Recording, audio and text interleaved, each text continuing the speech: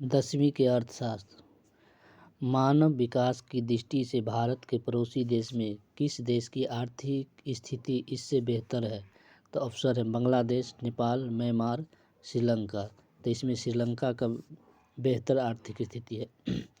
निम्न में किस राज्य को एक पिछड़ा राज्य कहा जाता है? तो बिहार। अर्थव्यवस्था के मुख्य प्रकार हैं तो कितना है? 3। इनमें कौन देश समाजवादी अर्थव्यवस्था है? तो रूस। समयक विकास की प्रक्रिया संबंधित है उच्च वर्ग, निम्न वर्ग, सभी वर्ग। तो इनमें सभी वर्ग। भारत में नीति आयोग की स्थापना कब हुई? तो 2015। इनमें कौन आर्थिक क्रिया नहीं है? तो बीमा। किस क्षेत्र को तृतीयक क्षेत्र कहा जाता है? तो सेवा क्षेत्र को। कृषि प्राथमिक, औद्योगिक द्वितीयक क्षेत्र, सेवा तृतीयक क्षेत्र। भारत की अर्थव्यवस्था है कैसी है? समाजवादी, पूंजीवादी, मिश्रित। तो हो जाएगा मिश्रित। इनमें से कौन सा देश मिश्रित अर्थव्यवस्था है? तो भारत। इनमें कौन योजना आयोग के पदेन अध्यक्ष होते हैं? तो प्रधानमंत्री। डेबिट कार्ड संबंधित है एटीएम प्रणाली से। निम्न में कौन नवीकरणीय प्राकृतिक संसाधन है? तो हो जाएगा भूमिगत जल। भारत में योजना आयोग का गठन कब किया गया था? 15 मार्च 1950। बिहार में जीवन यापन का मुख्य आधार क्या है? कृषि। देश में सब्जी के उत्पादन में बिहार का स्थान है। तो दूसरा। भारत के पड़ोसी देश में किस देश की प्रति व्यक्ति आय सबसे अधिक है? श्रीलंका।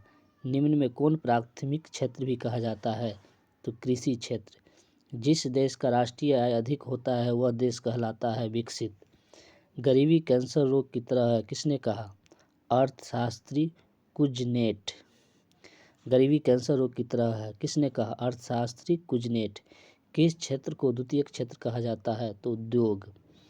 11वीं पंचवर्षीय योजना की अवधि क्या है? 2007 से 12। आर्थिक विकास का गैर आर्थिक कारक कौन है? सामाजिक संस्थाएं। जीवन की भौतिक गुणवत्ता का सूचक है जीवन मृत्यु प्रत्याशा, शिशु मृत्यु दर, मौलिक साक्षरता। ये सभी हो जाएगा। अत्यधिक जनसंख्या वृद्धि से आर्थिक विकास की गति क्या हो जाती है? मंद हो जाती है, धीमी। एक अर्थव्यवस्था का सृजन होता है प्राकृतिक संसाधनों से, भौतिक संसाधनों से, मानवीय संसाधनों से। तो इनमें से सभी हो जाएगा। राष्ट्रीय विकास परिषद का गठन कब हुआ? 1952। किस अर्थव्यवस्था में उत्पादन के साधनों पर किस प्रति व्यक्ति या निजी संस्था का अधिकार रहता है? तो पूंजीवादी अर्थव्यवस्था में। भारत की प्रथम पंचवर्षीय योजना का कार्यकाल क्या था? 1951 से 56।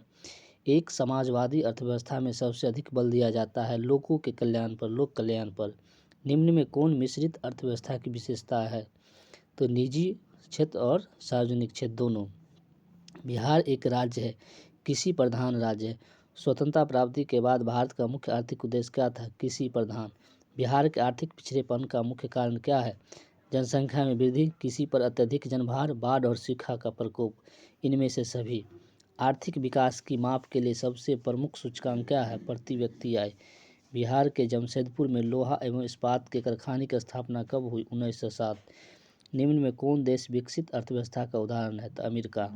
अविकसित देशों की कार्यशील जनसंख्या का अधिकांश भाग संलग्न है प्राथमिक क्षेत्र में। बिहार में किस प्रकार की फसलों का उत्पादन होता है?